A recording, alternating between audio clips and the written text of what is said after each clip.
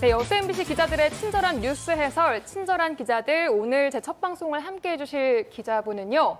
문영철 기자입니다. 어서 오세요. 어서 오세요. 네, 반갑습니다. 네. 확실히 송유라 아나운서가 자리를 하니까 이 오프닝만 했는데도 이 프로그램의 품격이 올라갔다. 저 이렇게 감사합니다. 평가를 하고 싶고요. 네. 올 한 해 잘 부탁드립니다. 제가 잘 부탁드립니다. 아무 말도 안 건넸는데 굳이 그런 말씀을 하시는 이유가 그러니까 이 프로그램 자체가 자연스럽게 말이 나올 수 있는 그런 환경이 조성됐다. 이렇게 평가를 하고 감사합니다. 네, 그러니까요. 네. 참 난감하네요.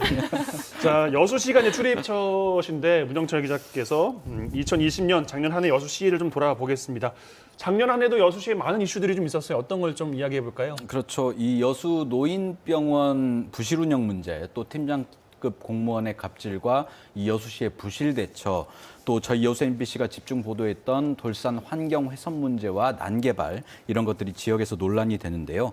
이 가운데 코로나19 사태와 맞물려서 지난해 큰 이슈였고 또 시민들이 꼽은 10대 뉴스 가운데 1위를 차지했던 여수형 재난지원금 문제 이 시간 다시 한번 정리해볼까 합니다. 네. 이 지난해 초였죠. 코로나19 사태가 본격화하면서 경제가 급격히 위축되자 이 때문에 정부가 전 국민들을 대상으로 해서 재난지원금을 지급하기도 했고요. 네. 일부 지자체 같은 경우는 실물 경제에 미치는 영향이 워낙 크다 보니까 자체 재원을 마련해서 시민들에게 지원금을 지급하는 경우도 있었는데 이 대표적인 예가 광양시죠. 1인당 20만 원씩 지급을 하기도 했었는데요. 네. 이에 따라 여수에서도 재난지원금 지급 요구가 본격적으로 불거지기 시작했습니다.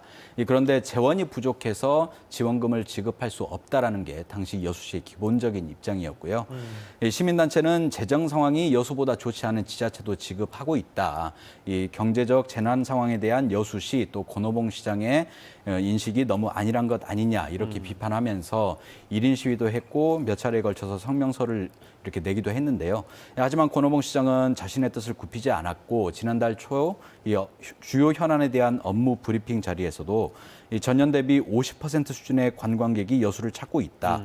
또 국가산단 대규모 투자로 경제 활력을 유지하고 있어서 재난지원금 지급이 필요하지 않다고 판단하면서 이 기존 입장을 재확인하기도 했습니다. 네. 예, 그래서 연초에도 뭐 이야기들이 많이 있었는데 주말 사이에 갑자기 뭔가 좀 바뀌어서 오늘 또 브리핑을 했고 네. 지급하겠다면서요? 그렇죠. 예. 오늘 오후에 권오봉 여수시장이 직접 브리핑을 통해서 발표를 했는데요.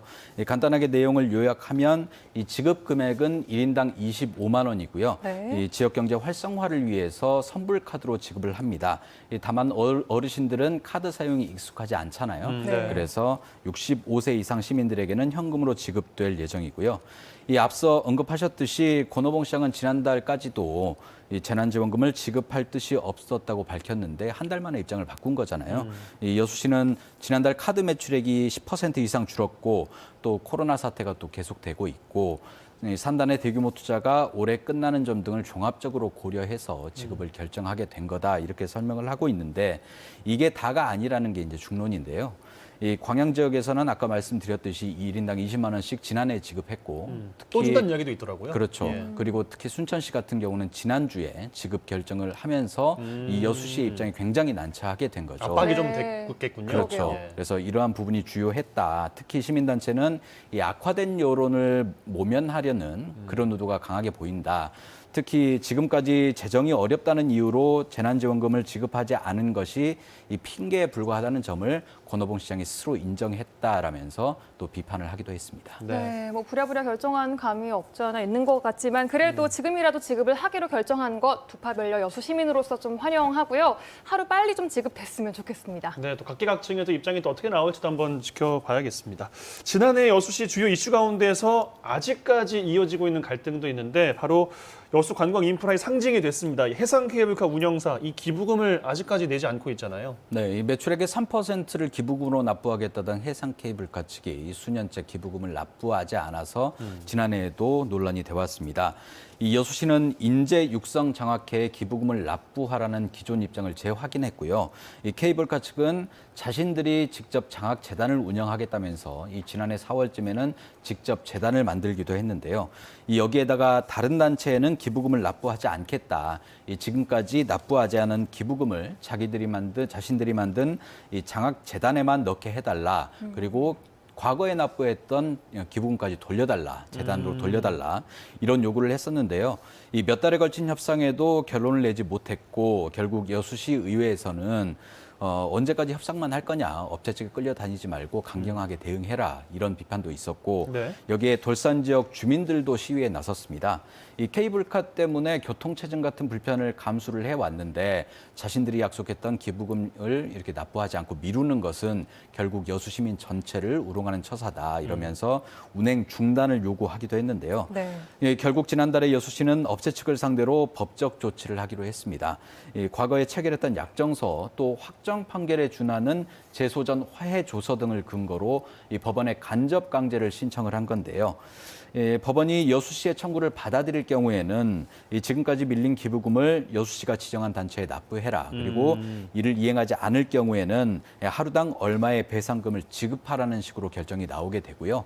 아마 상반기 안에 법원의 판단이 나올 것으로 보입니다. 네. 네, 간접 강제라는 법률 용어가 조금 어렵기는 하지만 한마디로 결국은 빨리 내라, 늦어질수록 더 손해일 것이다. 이런 얘기로 이해를 하면 네, 되겠죠. 맞습니다.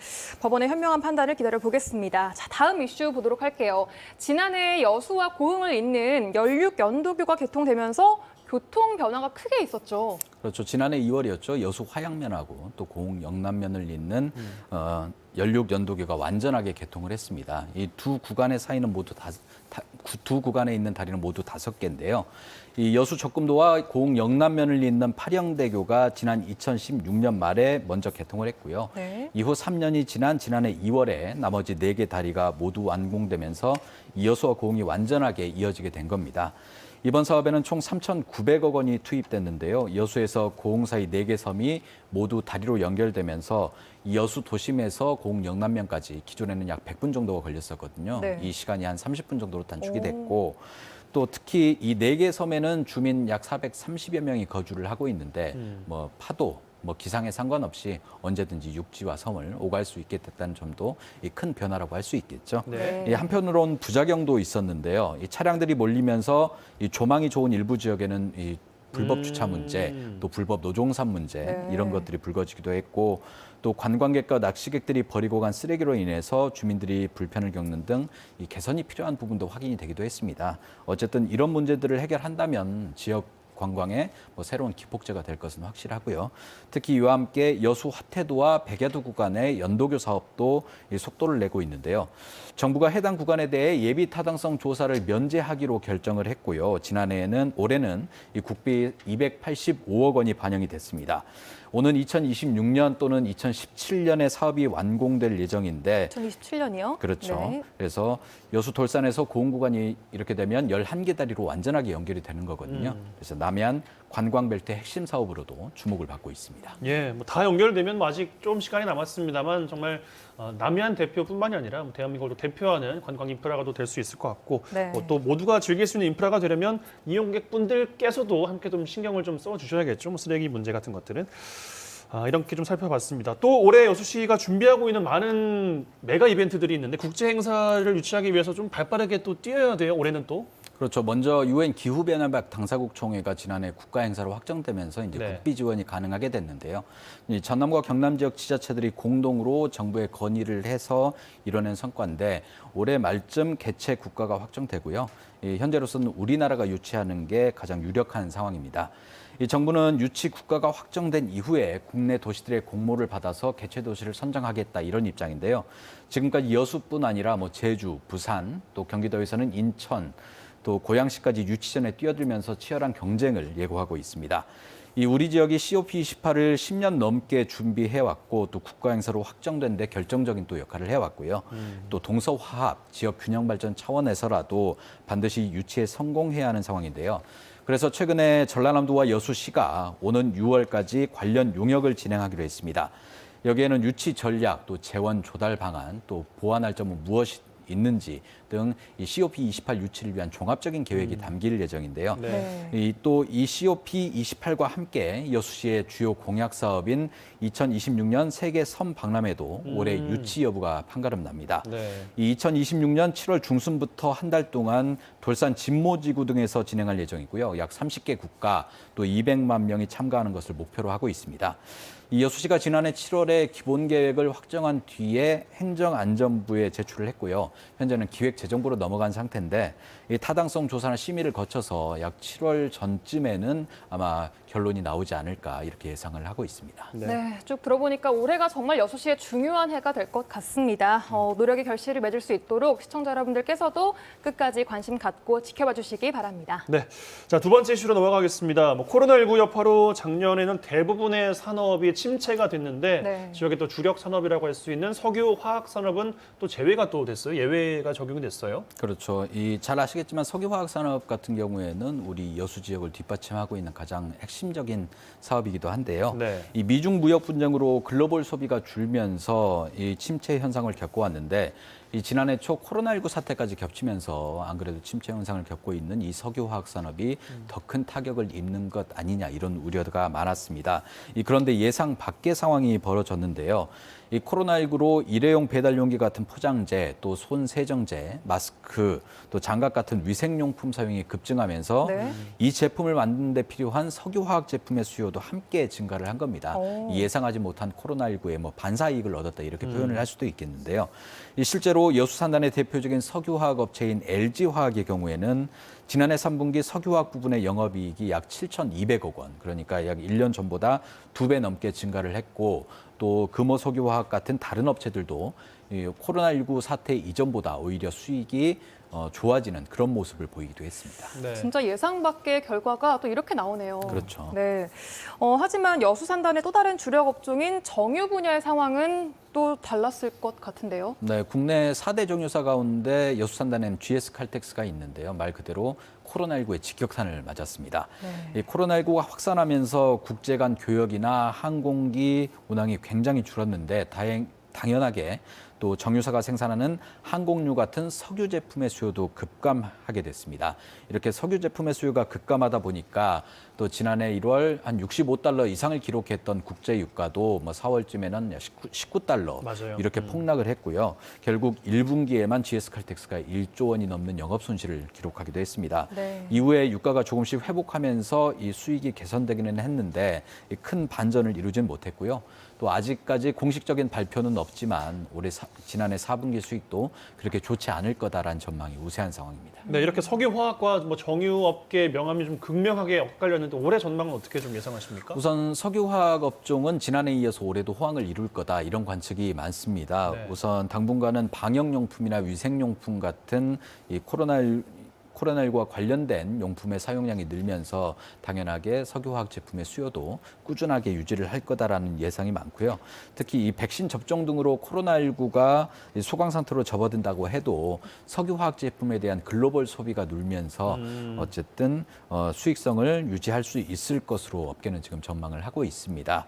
네. 반면 정유사의 경우에는 이 코로나19가 얼마나 빨리 종식되느냐 여기에 가장 큰 관심을 두고 있는데요. 전 세계적으로 확진자가 줄고 또 재발 가능성도 없어야지 국가 간 이동도 예전같이 자유로워지면서 그에 따라 석유 제품의 수요도 늘고 수익성도 개선이 되기 때문인데요. 아직까지 석유 제품의 소비량이 코로나19 이전만큼은 회복되지 않았고 그래서 당장의 수익 개선을 기대하기는 어려운 상황입니다. 대신 네. 이 백신 접종이 현재 진행이 되고 있잖아요. 네. 그래서 이 효과가 나타나는 올해 하반기부터는 본격적인 수익 개선이 이루어지지 않을까 이렇게 전망을 하고 있다고 합니다. 네, 아무래도 집단 면역이 또 관건이겠어요. 예. 이번 주에 주목해볼 뉴스로 마무리를 할까요? 어떤 뉴스 주목해볼까요, 이번 주? 네, 여수 수산물 특화시장 상인들이 시청사 한 켠에다가 이제 천막을 쳐놓고 농성에 들어간 지가 벌써 한 600일 정도가 됐습니다. 네. 이 상인들과 특화시장 간의 소송건에 대해서 최근 법원이 결정을 내렸는데 이 부분 자세하게 짚어볼 예정이고요. 아직은 겨울이지만 보통 한 1월 말쯤 되면 우리 광양 백운산에서 고로쇠 채취가 시작이 되잖아요. 그런데 이 백운산 국립공원 지정 문제와 맞물려서 이 채취 농가들이 채취하는 양이 줄지는 않을지 이렇게 걱정을 하고 있다는 얘기가 있습니다. 네. 이 내용도 취재해서 전해드릴 예정입니다. 네. 네, 이번 주 뉴스도 유심히 지켜봐 주시기 바랍니다.